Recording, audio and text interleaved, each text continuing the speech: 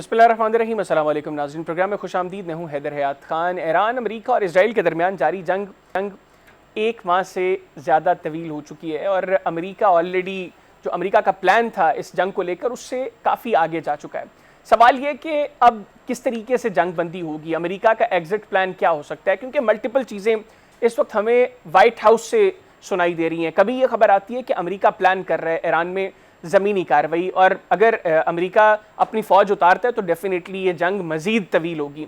दूसरी जानब ये भी बातें हो रही हैं कि डोनाल्ड ट्रंप की ख्वाहिश है कि 6 अप्रैल से पहले हतमी तौर पर मुज़ाकरात के हवाले से कुछ डील हो जाए और कंक्लूड हो जाए सारे मामला, और अमेरिका जंग से निकलना चाहता है। प्रोग्राम में इन तमाम पहलुओं को डिस्कस करेंगे। फिर पाकिस्तान की जो सफारतकारी की कोशिशें हैं उसको ईरान में कैसे देखा जा रहा है। जो 4 वज़रा ख़ारजा की मुलाकात हुई इस्लामाबाद में, फिर इसहाक़ साहब का हंगामी दौरे चीन, उसका इम्पैक्ट क्या होगा इस सारे जंग के मामले के ऊपर, इस पर भी प्रोग्राम में डिस्कशन करेंगे। फिर एक और बड़ी इंपॉर्टेंट चीज़ जो स्टेट ऑफ हॉर्मुज़ है, उसके बाद अब बाब अल मंदब की क्लोजर की बात हो रही है। अगर ऐसा हो जाता है तो फिर दुनिया मुआशी तौर पर कहाँ पर खड़ी होगी। इन तमाम चीज़ों को डिस्कस करेंगे। और प्रोग्राम के पहले हिस्से में इसके लिए मेरे साथ तेहरान से वीडियो लिंक पर मौजूद है मोहम्मद हुसैन बाकरी साहब, रीनाउंड एक्सपर्ट हैं और इंटरनेशनल अफेयर्स और डायरेक्टर हैं इकबाल फोरम ईरान के। Sir thank you very much, आपने प्रोग्राम के लिए वक्त निकाला। सर सबसे पहले तो मुझे ये बताइएगा, आज वॉल स्ट्रीट जर्नल ने ये रिपोर्ट किया कि डोनाल्ड ट्रंप ने अपने करीबी साथियों से ये तज़किरा किया है कि वो अब जंग से निकलना चाहते हैं, और उसमें जो स्टेट ऑफ हॉर्मुज़ है बेशक वो बंद भी रहे तो वो अभी जंग से निकलना चाहते हैं। आपके नज़दीक ये मुज़ाकरात के नतीजे में कोई पॉजिटिव पेशरफ्त है या ये एक और डिसेप्शन है? बिस्मिल्लाहिर्रहमानिर्रहीम। आपको, आपके मुअज़्ज़ज़ टीम और पाकिस्तान के बहुत ही काबिल एहतराम अवाम को तेहरान से अस्सलाम वालेकुम। वालेकुम अस्सलाम। 2 सवाल हैं इसमें। एक, ट्रंप इस जंग से निकलना क्यों चाह रहा है? मेन वजह मैं आपको बताता हूँ। एक, इनके हिसाब-व-किताब गलत निकल रहे हैं। जो 72 घंटों की ऑपरेशन के अंदर ये गवर्नमेंट को चेंज करना चाह रहे थे, या इसके तेल के ऊपर कंट्रोल करना चाह रहे थे, या 400 किलोग्राम जो इनके पास 60% प्लस इनरिच यूरेनियम उसको निकालना चाह रहे थे, ये तीनों नाकाम होने के बाद अब हिसाब किताब में इनको लग रहा है कि डेली के हिसाब से हमारा $2.5 अरब खर्च हो रहा है। उसके साथ साथ इन्होंने 8 थॉट सिस्टम्स खो चुके हैं। ईरान ने हिट किया है। इनके पास 16 E3 जहाज थे जिसको मिलिट्री की आंख कहा जाता है। एक इन्होंने वो जो $700 to $1 बिलियन एयरप्लेन है उसको एक $30,000 की ड्रोन से इन्होंने हिट किया है। और खर्चा इतना ज्यादा बढ़ रहा है कि अब उनको लगा कि जो जंग से पहले अमेरिका के अंदर मुआशी और इकोनॉमी बेहतर होती जा रही थी, वो अब बदतरीन की तरफ जा रहा है। जंग से पहले जो प्रोमिसेस मैंने की थी, अब वो सारा एक एक करके टूटते हुए नजर आ रहे हैं, और मिड टर्म इलेक्शन मेरे लिए इस हालात में लड़ना बहुत मुश्किल होगा। सही। तो मैं आपको बताऊं, उसके साथ साथ इसराइल की तरफ से पल्स ये आ रही है कि इंटरसेप्टर्स खत्म है हमारे पास, तो किसी ना किसी तरह इस जंग को रोका जाए। लेकिन दूसरा जो आपका सवाल है कि क्या ये मुज़ाकरात की वजह से है, नहीं। ईरान पहले दिन से कह रहा था कि हमने जून 2025 में एक बहुत बड़ी गलती की। जारहियत आपने स्टार्ट की, हमारे भाइयों को आपने शहीद किया, हमारे लोगों को 12 दिन के लिए परेशान किया, और जब आपने जंगबंदी की बात की, हमने गलती करके इस जंगबंदी आप पे यकीन करके जंगबंदी पे उतर गए। हालांकि हमें चाहिए था कि आपके टांगे तोड़ते, आपका सर तोड़ते और आपकी गर्दन तोड़ते, ताकि आपके पास दोबारा हमले करने की वो जुर्अत ना रही, लेकिन हमने ये गलती की। इस बार हम ये गलती नहीं दोहराएंगे। जब आप जंगबंदी की बात करेंगे, हम नहीं करेंगे उसके बाद। हम उस वक़्त तक आपके ऊपर हिट करते जाएँगे जब तक आप ये सबक सीखें, और जंगबंदी कब करनी है ये हम डिसाइड करेंगे। तो ये मुज़ाकरात से ताल्लुक नहीं है इसका। बेसिक जो सेंस है ही, एक बेसिक जो कैलकुलेशन है ट्रम्प ने वो की है, और ईरान भी एक बेसिक ह्यूमन प्रिंसिपल के ऊपर उतरा है कि अगर जारिह को आप सबक नहीं देते तो 8-10 महीने के बाद जब इनकी इंटरसेप्टर्स दोबारा फुल हो जाएं और दोबारा इनके पास सामान पहुंच जाएं, तो ये दोबारा ईरान के ऊपर अटैक तो फिर सर करेंगे। ऐसे में ये जंग कितनी तवील हो सकती है, और ईरान में अप्रोच क्या है? जिस तरह आपने कहा कि जब तक सबक नहीं सिखाया जाएगा तब तक किसी तरह की कोई जंगबंदी नहीं होगी। सबक सिखाने के लिए पैमाना क्या है, किस लेवल पर या क्या नुकसान पहुंचाकर आप समझते हैं कि अब सबक सिखा दिया है? आप क्या नेतन्याहू को टारगेट करेंगे या और क्या चीज़ है जिसको आपने रखा हुआ है कि ये चीज़ जो है ये अगर हो गई तो फिर हम जंगबंदी के लिए तैयार हो जाएंगे? इस सवाल में भी आपके हर सवाल में दो दो सवाल निकल रहे हैं, अजीब बात है वैसे। देखें, ना ट्रम्प को ये हिट करना चाह रहे हैं डायरेक्टली, ना नेतन्याहू को। उसकी वजह भी है, नेतन्याहू और ट्रम्प इसराइल और अमेरिका के लिए हजारों एटम बम से भी ज्यादा खतरनाक है। तो according to the war theory, जब आपका दुश्मन कोई गलती कर रहा है उसको रोकना नहीं चाहिए। ये ट्रम्प जिस तरह बर्बाद कर रहा है यूनाइटेड स्टेट्स को अपने उस एस्टीम पोजीशन से जो ये सुपर पावर हुआ करता था, और नेतन्याहू जिस तरह इसराइल का नक्शा चेंज कर रहा है, अंदर से इनकी खुखलाहट नजर आ रही है, वो तो कोई और कर ही नहीं सकता। इसलिए टारगेट नेतन्याहू या ट्रम्प नहीं है। दूसरी बात, जंगबंदी के लिए ईरान ने पहले दिन से ही 3 शराइत रखी है इनके सामने। बिल्कुल। वो इन 3 शराइत पे उतरे, जिनमें एक, इनको हर्जाना देना है, जितना भी इन्होंने जंग में ईरान के ऊपर नुकसानात किए उसकी पेमेंट कर दें।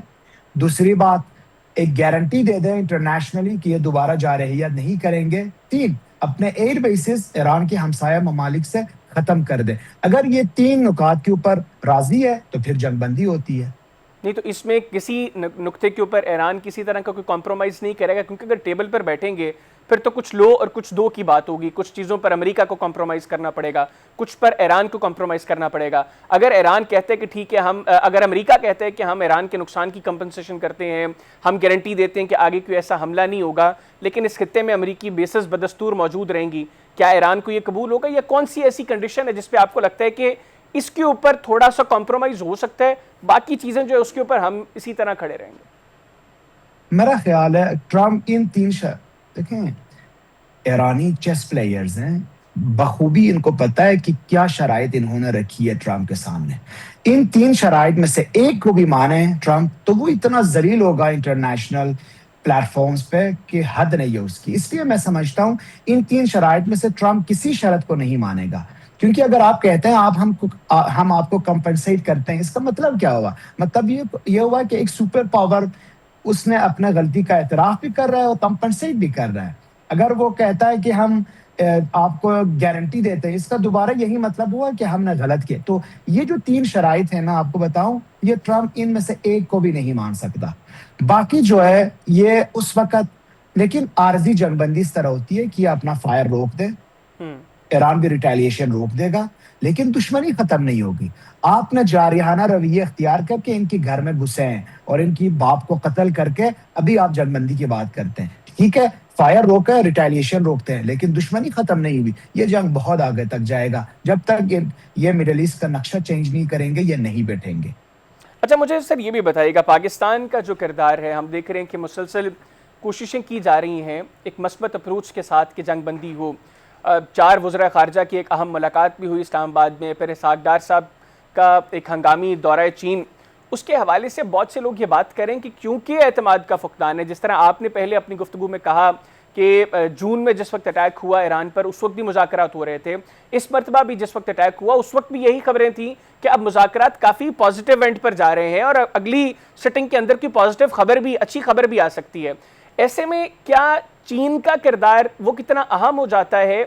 और चीन आपको लगता है कि कोई गारंटी दे सकता है ईरान को, क्योंकि ईरान ट्रस्ट तो करने को तैयार नहीं है डोनाल्ड ट्रंप पर? पहले तो पाकिस्तान के अवाम और गवर्नमेंट के हम बहुत मशकूर और ममनून हैं, इन सख्त हालात में ईरान के साथ दे रहे हैं। अवाम के भरपूर जो जज्बात है, स्पेशली मैं अपने जो इंटरव्यूज है उसके बाद जब लोगों के मैं रिस्पांस चेक करता हूँ, बहुत अच्छी, वाकई में एक ऐसा रिस्पांस है जैसा लग रहा है ये पाकिस्तानी भी इस जंग में हमारे साथ शामिल है।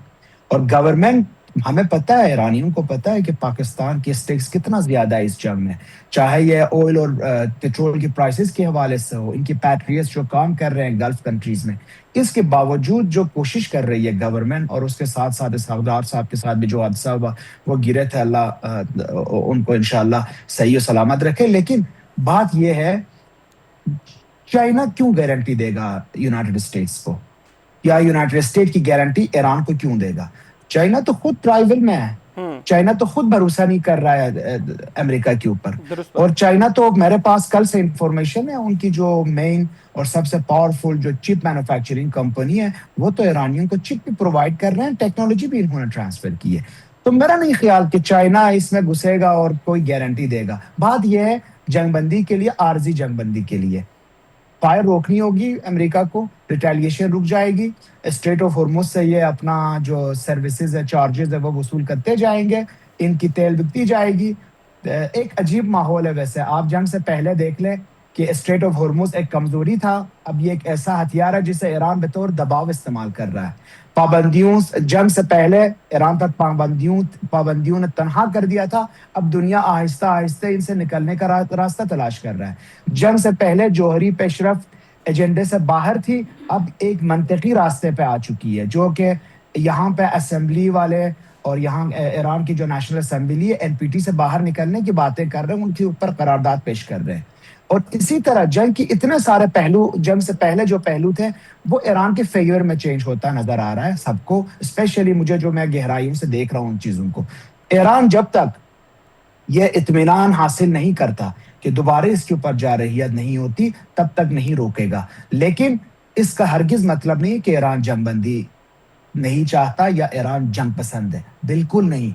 200 साल हिस्ट्री चेक करें, कभी ईरान ने जारहियत स्टार्ट नहीं की। लेकिन कोई चारा ही नहीं बचा ना, आपने दहलीज पे इसको लेकर आए, जो इसके पास डू या डाई का मसला है, इसलिए वो डू करने की कोशिश कर रहे हैं। बिल्कुल ठीक। और आपने ये जो एनपीटी से निकलने की बात की, जो अप्रोच अब ईरान में है, मेरी और भी कुछ दोस्तों से बात हुई, वो भी ये कह रहे थे कि अब ईरान में कंजर्वेटिव्स जो हैं वो ये मुजाहरे कर रहे हैं कि ईरान को चाहिए कि वो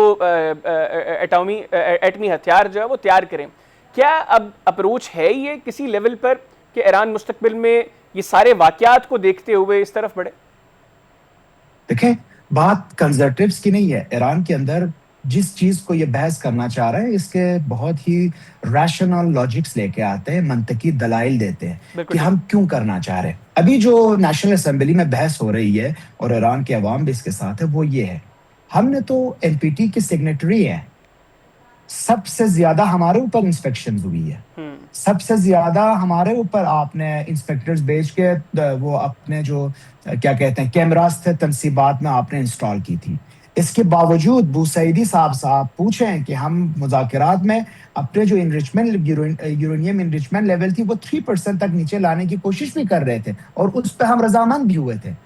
इसके बावजूद एक ऐसा मुल्क जिसने, जो एनपीटी का हिस्सा नहीं है, सिग्नेटरी नहीं है, जो किसी को अपने तनसीबात का विजिट करने नहीं देता है, जिसके पास हजारों के हिसाब से शायद इनरिचमेंट फैसिलिटीज और मवाद मौजूद हो, वो हमारे ऊपर अगर अटैक कर रहा है तो एनपीटी में रहने का फायदा क्या है?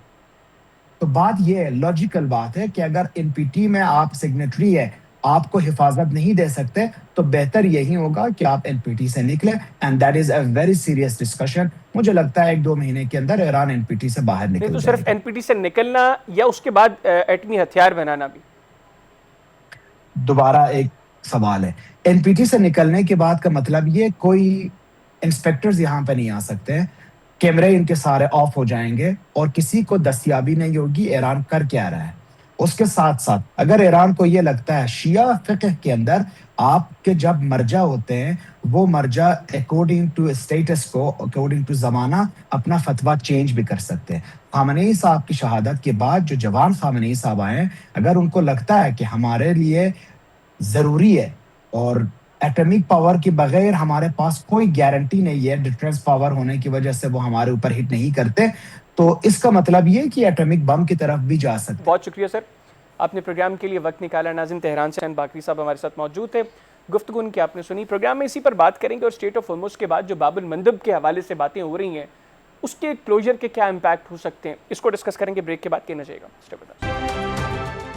जी। ब्रेक के बाद प्रोग्राम में दोबारा खुश आमदीद। नाज़रीन, अभी तक 1 माह से ज़्यादा अरसा हो चुका है ईरान और अमेरिका के दरमियान जो जंग जारी है।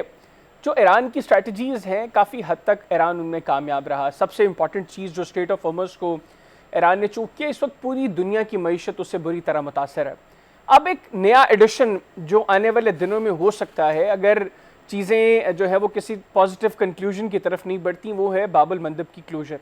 अगर वो भी हो जाता है तो दुनिया कैसे मुतासर होगी और अमेरिका के लिए फिर इस जंग से निकलना किस कदर मुश्किल हो जाएगा। प्रोग्राम में इस पर गुफ्तगू करेंगे। फिर पाकिस्तान की जो सफारतकारी की कोशिशें हैं उसमें एक बड़ा मसला अभी तक हम अगर इंटरनेशनल मीडिया को स्टडी करें तो वो ये नज़र आ रहा है कि दोनों फ़रीक़ैन के दरमियान बिलखुसूस ईरान को अमेरिका के ऊपर एतमाद नहीं है। तो ऐसा क्या किया जा सकता है जिससे ये एतमाद की फ़िज़ा पैदा हो ताकि मुज़ाकरात के अंदर कोई कामयाब चीज़ जो है एंड ऑफ द डे वो मिल सके। प्रोग्राम में इस पर भी गुफ्तगू करेंगे और इसके लिए मुझे ज्वाइन किया है सीनियर डिफेंस एनालिस्ट हैं rear admiral retired Faisal Ali Shah साहब। Sir thank you very much, आपने प्रोग्राम के लिए वक्त निकाला। सर सबसे पहले तो मुझे ये बताइएगा, ये जो ईरान की स्ट्रैटेजी रही स्ट्रेट ऑफ होर्मुज़ को चोक करने की, हम ये देख रहे हैं कि अब पूरी दुनिया की मईशत इससे बुरी तरह मुतासर हो रही है। मिडल ईस्ट वो ईरानियन अटैक्स और फिर स्ट्रेट ऑफ होर्मुज़ की क्लोजर की वजह से वो बहुत मुतासर हो रहा है। ये कितना कामयाब टैक्टिक रहा है ईरान का एज ऑफ नाउ जंग के अंदर? और अब जो बाबुल मंदब की क्लोजर के हवाले से बात हुई, क्योंकि हौसीज़ जो है वो एक महीने तक इस जंग में दाखिल नहीं हुए, अब वो जंग में दाखिल हो चुके हैं, उन्होंने इसराइल पर अटैक्स शुरू कर दिए हैं और अब ये बातें हो रही हैं कि बाबुल मंदब को अगले मरहले में क्लोज किया जा सकता है। अगर ऐसा हो जाता है तो फिर क्या होगा सर मुस्तकबिल में? बहुत शुक्रिया मुझे प्रोग्राम में लेने का, आपने बिल्कुल सही अहाता किया। देखिए, ये जो स्ट्रेट ऑफ होर्मुज़ है ये ईरान की स्ट्रेटेजिक कैपेबिलिटी है, इसकी बंदिश है, इसका कंट्रोल करना। और वो इसलिए है कि ईरान की ज्योग्राफी उसको ये कैपेबिलिटी प्रोवाइड करती है। तो आप कोई भी लेजिस्लेशन कर लीजिए, आप कोई भी लीगल तरीका अपना लीजिए, मेरा नहीं ख्याल कि आप ईरान से इसका कंट्रोल हासिल ले सकते हैं। प्रेसिडेंट ट्रंप ने, आपने देखा कि फिजिकली इसका कंट्रोल लेने की बहुत कोशिश की, मतलब कम से कम स्टेटमेंट्स की हद तक उन्होंने पहले कहा कि मैं 20% ज़्यादा बमबारी करूंगा अगर आप स्ट्रेट ऑफ होर्मुज़ नहीं खोलेंगे। तो ईरानियों ने नहीं खोली। उन्होंने कहा कि मैं आपकी क्रिटिकल एनर्जी इंफ्रास्ट्रक्चर पे अटैक करूंगा अगर आपने स्ट्रेट ऑफ होर्मुज़ नहीं खोली। ईरानियों ने नहीं खोली। फिर प्रेसिडेंट ट्रंप ने बहुत सारे मुल्कों को दावत दी कि आके स्ट्रेट ऑफ होर्मुज़ खुलवाएं, सो मच सो कि उन्होंने चाइना तक को कहा कि आके स्ट्रेट ऑफ होर्मुज़ मेरे साथ मिलकर खुलवाएं, और तमाम ममालिक ने ये आइडिया मुस्तरद कर दिया। यहाँ तक कि ब्रिटिश प्राइम मिनिस्टर ने ये कहा कि इसको खुलवाना कोई आसान काम नहीं है। ये बिल्कुल दुरुस्त बात है कि इसको खुलवाना या इसका कंट्रोल ईरान से लेना आसान काम नहीं है, क्योंकि जैसे मैंने आपको बताया कि ईरान की ज्योग्राफी उसको ये कैपेबिलिटी प्रोवाइड करती है, और ईरान ने फिर अपनी ज्योग्राफी का मजीद फ़ायदा उठाकर यहाँ पर छोटे छोटे बेसिस बनाए हुए हैं, मिसाइल बैटरीज लगाई हुई हैं, और वो बहुत अच्छी तरह इस इलाके में जम कर बैठे हुए हैं। अगर इसको फिजिकली खुलवाने की कोशिश की गई तो मेरा अपना ये ख्याल है कि फिलहाल उन्होंने इसको कंट्रोल किया हुआ है, वो इसको बंद भी कर सकते हैं, माइंस फेंक सकते हैं या किसी शिप सर, को इसकी। मैं बाबुल मंदब के सवाल के जवाब से पहले आपसे चाहूँगी, ये जो आपने माइंस की बात की, बहुत से लोगों का ये ख्याल है कि इन केस ईरान ने वहाँ पर माइंस लगा दी तो फिर ये स्ट्रेट ऑफ होर्मुज़ आने वाले कई सालों तक इसके ऊपर जो है वो कुछ नहीं हो सकेगा। ये बिल्कुल सही बात है कि इसमें अगर साल नहीं तो बहुत महीने लग जाएंगे, और ये मुस्तकिल तौर पे बंद हो जाएगी जब तक एक माइन का भी खदशा होगा कि वो रह गई है। कोई शिप इससे नहीं गुजरेगा, इसको क्रॉस नहीं करेगा। तो जब शिप्स नहीं गुजरेंगे तो ये बाकायदा तौर पे बंद हो जाएगी। इसीलिए मेरा ये ख्याल है कि इस तरह की अटेम्प्ट नहीं की जा रही, ना अमेरिका की तरफ से और ना बाकी इत्तेहादियों की तरफ से जिनको अमेरिका ने दावत दी है, क्योंकि उनको पता है कि द मोमेंट हम इसकी तरफ बढ़ेंगे फिजिकली खोलने के लिए, ईरान ने इसको माइन कर देना है और वो उसमें सबका नुकसान है। और सर, ये जो अब बाबुल मंदब की सर बात हो रही है, अगर स्ट्रेट ऑफ होर्मुज़ के साथ वो भी चोक हो जाती है, आज ऑलरेडी दुनिया की तकरीबन हर मुल्क की मईशत बुरी तरह मुतासर हो रही है, हर मुल्क इस जंग से मुतासर है, तो अगर वो भी हो जाता है तो फिर सर मुस्तकबिल क्या होगा? देखिए, इस वक्त दुनिया की 20% जो एनर्जी सप्लाईज है वो स्ट्रेट ऑफ होर्मुज़ से गुजर के, यानी ईरान के कंट्रोल के अंदर हैं। अगर वो वहां से गुजरती हैं तो वो ईरान के इस वक्त कंट्रोल में है। और ईरान का जो कंट्रोल है, अगर आप थोड़ा सा गौर करें तो एक तरह से लेजिटिमाइज हो गया है, क्योंकि यूएन ने परसों ईरान को रिक्वेस्ट की है कि आप ह्यूमैनिटेरियन ग्राउंड्स पे कुछ शिप्स को जाने दें। तो यूनाइटेड नेशंस अगर ईरान को रिक्वेस्ट कर रहा है, इसका मतलब है कि वो मान रहा है कि ईरान का कंट्रोल है। फिर जितने भी ममालिक अपने जहाज यहाँ से लेके जाना चाहते हैं वो ईरान से कॉन्टेक्ट करते हैं और उनकी इजाजत से जहाज़ों को लेके जा रहे हैं। तो ये इस सूरत हाल से आप देखिए कि दुनिया की मईशत पे कितना फर्क पड़ा है। अब आ जाइए बाबुल मंदब की तरफ। तो ईरान से अगर 20% तेल जाता है तो वहां से तकरीबन 10 से 15% जाता है। तो ये 35% का जो डैमेज है पूरी दुनिया को मईशत का, ये तकरीबन कोई 60-70% पे चला जाएगा मुख्तलिफ ममालिक की मईशत पे। आप देखिए कि जो बाबुल मंदब है वो असल में यूरोप का कनेक्शन है जी। इंडियन ओशन के साथ और फार ईस्ट एशिया के साथ, तो वो कनेक्शन कट जाएगा। और आपको अगर याद हो तो पिछले साल या उससे पिछले साल भी हूतियों ने इसको कंट्रोल किया था बाबुल मंदब को, और फिर और अमेरिकन और फिर ब्रिटिश डील की की थी, बिल्कुल डिप्लॉयमेंट ठीक की बात गई। है जी। और वो डिप्लॉयमेंट इसलिए की गई थी कि हम शिपिंग कंपनीज को और शिप्स को बाहिफाजत अपने हिसार में क्रॉस कराएंगे, लेकिन मेजॉरिटी ऑफ शिपिंग कंपनीज ने वहां जाने से मना कर दिया था और वो अफ्रीका के नीचे से घूम के जाया करते थे, तो जिससे टाइम भी बढ़ गया था और कॉस्ट भी बढ़ गई थी। तो अगर अब भी ऐसी सूरत हाल होती है, और हूती क्योंकि एलाइज हैं ईरान के और वो बाकायदा इस जंग में अब शामिल हो गए और इसराइल पे अटैक भी कर रहे हैं, तो फिर दोबारा से वही सूरत हाल हो जाएगी। और अभी इस दफा तो जाहिर बात है कि ये डबल जेपर्डी है, स्ट्रेट ऑफ हॉर्मुज ईरान के कंट्रोल में और बाबुल मंदब हूथियों के कंट्रोल में। यानी वो भी तो आप इनडायरेक्टली किस ईरान के कंट्रोल में। जी इनडायरेक्टली ईरान के कंट्रोल में, तो आप किस इलाके पे फोकस करेंगे, किसको छुड़ाएंगे पहले? और जब आप छुड़ाने जाते हैं तो वहां मजीद डैमेज हो सकता है, मजीद खून खराबा हो सकता है और मजीद नुकसान हो सकता सर ये भी बताइएगा, पाकिस्तान की जो डिप्लोमेटिक एफर्ट्स हैं, पाकिस्तान जो कोशिश कर रहा है कि दोनों फ़रीक़ैन के दरमियान जो हैं वो कामयाब मुज़ाकरात हों और अल्टीमेटली सीज़ फायर हो जाए, उसमें हमने देखा कि सैटरडे को 4 वज़रा ख़ारजा की जो अहम मुलाकात हुई इस्लामाबाद में, मिस्र, तुर्किया और सऊदी अरब के वज़रा ख़ारजा पाकिस्तान आए। फिर अब ये इसहाक डार साहब का जो हंगामी दौरा है चीन का, इसको आप सर कैसे देख रहे हैं? क्योंकि कुछ लोगों का ख्याल ये है कि शायद ईरान भी अब चीन की तरफ देख रहा है, ईरान को अमेरिका पर एतमाद नहीं है, और ऐसे में अगर चीन कोई किरदार अदा करता है, कोई गारंटी देता है, तो शायद ईरान जो है वो जंग बंदी के लिए रजामंद हो जाए। देखिए अमेरिका पे इस वक्त जो सूरत हाल है उसके हिसाब से तो किसी को भी एतबार नहीं। पहली वजह एतबार की ये है कि प्रेसिडेंट ट्रंप साहब खुद नाकाबिल एतबार हैं। जो वो बात सुबह करते हैं शाम को वो चेंज कर देते हैं, एक एक प्रेस कॉन्फ्रेंस में 3 दफा स्टांस चेंज कर देते हैं, तो वो तो खैर एक अलग चीज है। लेकिन अमेरिका ने जो इतने सालों से इस खत्ते में अपना असर रसूख बरकरार रखने की कोशिश की है, जो अरब ममालिक हैं उन्होंने अपनी सिक्योरिटी को आउटसोर्स किया है अमेरिका को, और फिर आज भी आके उनको वही सब भुगतना पड़ रहा है जो वो ये ना करते तो उनको भुगतना पड़ता। तो एक सवाल लोगों के जहन में ये उभर रहा है कि इस जंग में कौन क्रेडिबल पार्टनर के तौर पे सामने आया है, क्या अमेरिका, रशिया या चाइना? तो ये सवाल मेरा ख्याल है कि डिफाइन करेगा कि इस जंग के बाद रीअलाइनमेंट्स किस तरह से होती है। बिल्कुल ठीक। पाकिस्तान जाहिर बात है कि अमेरिका के बिहाफ पे कोई गारंटी नहीं दे सकता। ईरान तो बिल्कुल भी अमेरिका पे एतबार नहीं करता, वो कहते हैं हमारे साथ थर्ड ब्लफ हो रहा है, क्योंकि पहले भी 2 दफा नेगोशिएशंस के दौरान ही उन पे अटैक कर दिया गया, तो वो बिल्कुल उस पर एतबार नहीं करते। इस वक्त जो एक बहुत काबिल एतबार मुल्क है पाकिस्तान के बाद, वो नेचुरली और लॉजिकली मेरे ख्याल है चाइना है, जो उभर के सामने आ रहा है, जो कि पीछे बैठा हुआ है और एक बहुत मैच्योर फॉरेन पॉलिसी अप्रोच के तहत वो अमल पैरा है इस सारे कार्रवाई में।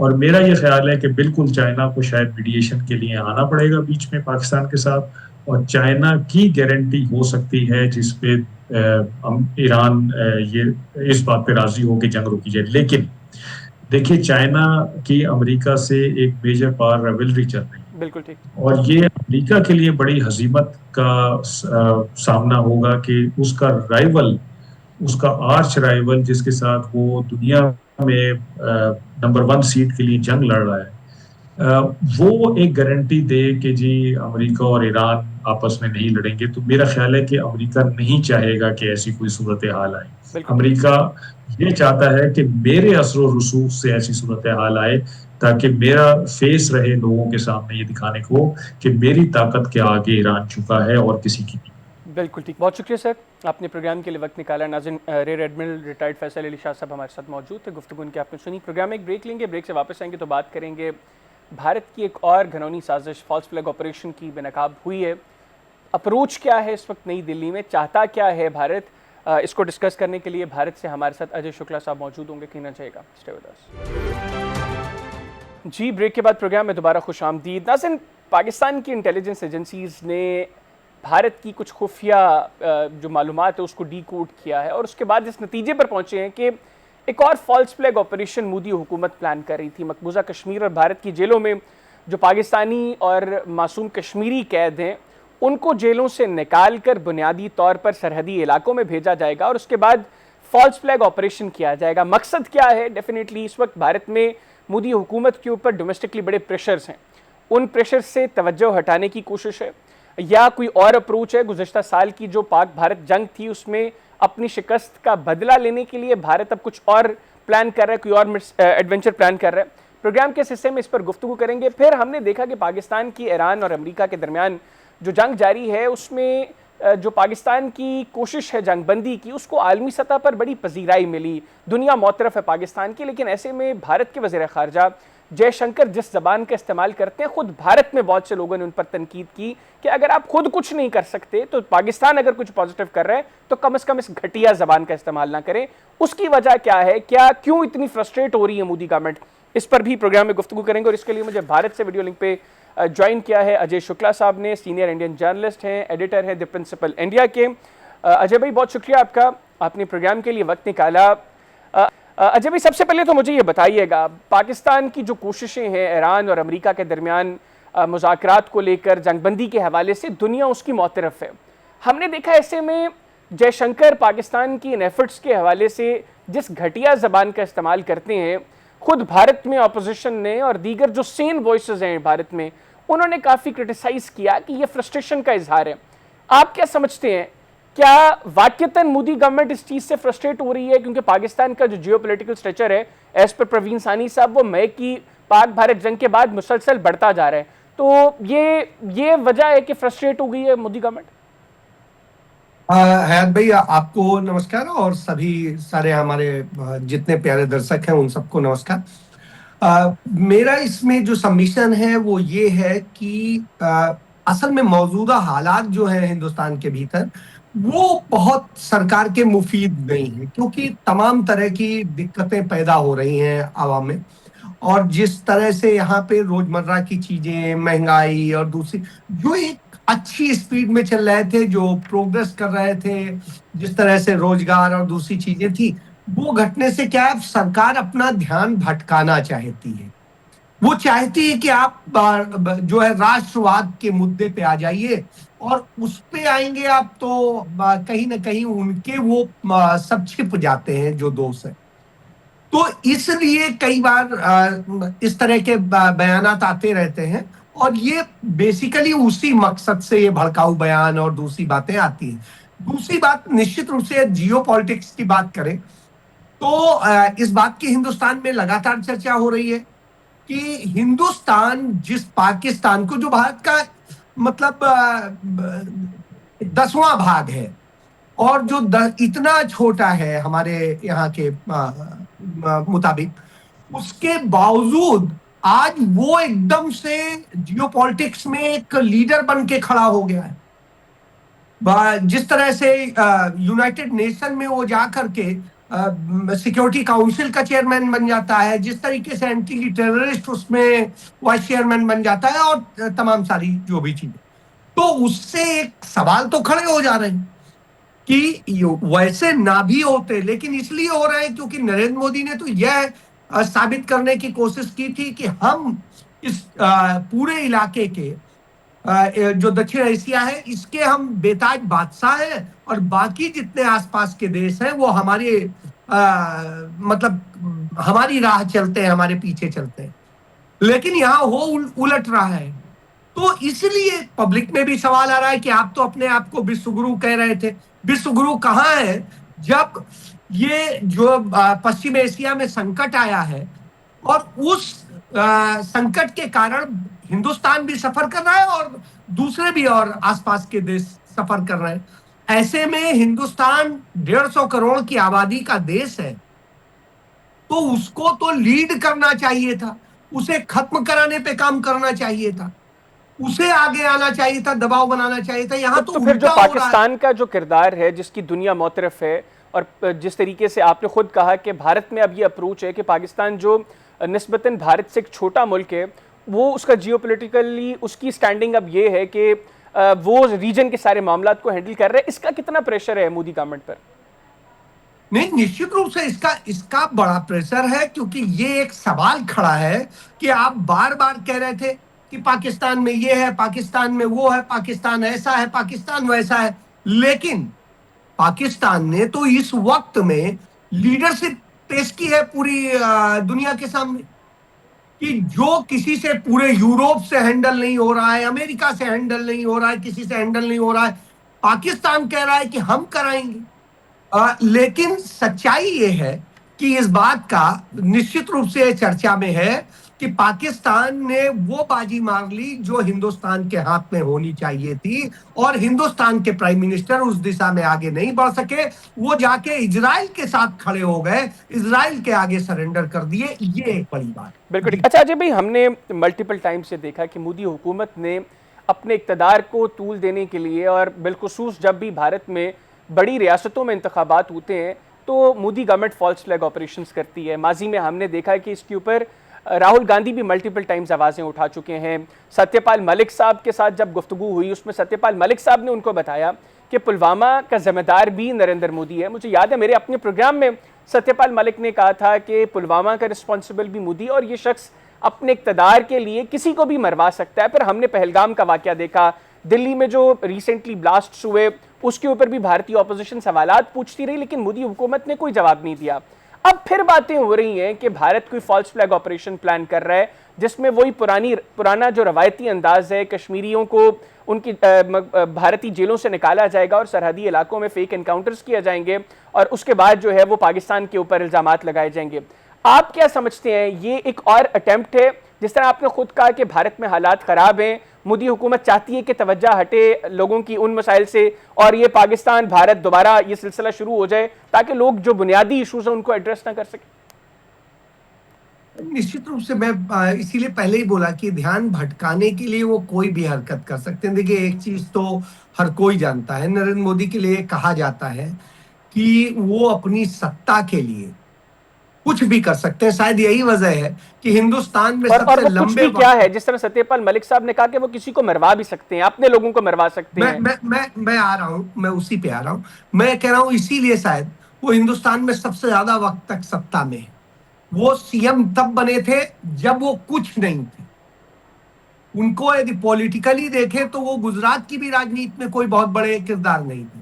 लेकिन उसके बाद क्या हुआ, गोधरा के दंगे हुए, 1000 से अधिक लोग चले गए इस दुनिया से, रुखसत हो गए, और उन सब की लाशों की राजनीति करके लोगों में एक भावनाएं भड़का करके, और उसके बाद में सत्ता का एक खेल किया गया, और उसके बाद में वो लगातार इसी तरीके से करते रहे। 2013 में जब वो सत्ता के लिए शुरुआत उन्होंने की थी, तब भी उन्होंने इसी तरीके से जय जवान जय किसान का नारा देते हुए कहा था कि एक के बदले 10 सिर लाएंगे। कहां के? पाकिस्तान के। आप याद करिए।